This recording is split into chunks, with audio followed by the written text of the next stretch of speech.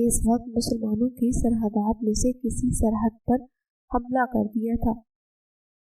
مسلمانوں کی جہاد پر ابھارنے اور شوق کے جہاد دلانے کے لیے ایک مہم شروع کی گئی تھی، اور انہیں ترغیبی خطبات میں شیخ عبدالواحد بن زید بصری نے لوگوں کو جہاد پر ابھارا اور شوق دلایا۔ اس مجلس و وزن میں ابراہیم بھی حاضر تھی۔ شیخ عبدالواحد نے اپنی تقریر کے دوران مجاہدین اور شہداء کے لیے جنت کی نعمتوں میں حوروں کا تذکرہ بھی کیا۔ اس کا مؤثر تذکرہ میں انہوں نے حوروں کے حسن جمال، عصمت و کمال پر ایک قصیدہ بھی پڑھا، جس سے لوگ جنونی حد تک جذباتی ہو گئے اور مجمع میں شوق شہادت کا ایک زلزلہ برپا ہو گیا۔ مجمع میں ابراہیم خود پڑے اور شیخ عبدالواحد سے کہنے لگے، اے ابو عبید، آپ کو خواب معلوم ہے کہ بصرہ کے بڑے بڑے رئیس میرے بیٹے ابراہیم کو اور اپنی بیٹیوں کا پیام نکاح دے چکے ہیں، لیکن میں نے ابراہیم کے لیے کسی پیام کو قبول نہیں کیا، لیکن آپ نے جس لڑکی اور حور کا تذکرہ کیا ہے، اس نے تو مجھے تعجب میں ڈال دیا ہے۔ میں نے اپنے بیٹے ابراہیم کی شادی اس لڑکی سے کراؤں گا، مگر آپ سے درخواست ہے کہ آپ اس کے حسن و جمال، عظمت و کمال کو ذرا پھر دہرا لیجیے۔ شیخ عبدالواحد نے حور کی صفت میں پھر ایک قصیدہ پڑھا، جس کے چند اشعار یہ ہیں: روشنیوں کی بنیاد اس حور کے روشن چہرے سے پڑی ہے، اس کے خالص عطر کی آمیزیں اس تمام خوشبوؤں میں آئی ہیں۔ اگر یہ حور اپنے جوتے سے ریت کو بھی رون ڈالے تو بغیر بارش تمام اطراف گھاس سے ہرے بھرے ہو جائیں گے۔ اگر یہ حور اپنے شہد جیسے لاب کو سمندر میں تھوک دے تو خشکی کی تمام مخلوق کے لیے سمندر کا پانی میٹھا ہو جائے گا۔ اس کی رخسار پر جب کسی کی نگاہ پڑتی ہے تو قریب ہے کہ دل کی خیالی تصور کی وجہ سے یہ نگاہ رخسار میں زخم کر دے۔ ان اشعار کو سن کر اس دفعہ تو لوگ تڑپ اٹھے اور ابراہیم بھی سامنے آئے اور شیخ عبدالواحد سے کہنے لگی کہ ابو عبید، اس لڑکی کو جمال ارا نے مجھے حیرت میں ڈال دیا ہے۔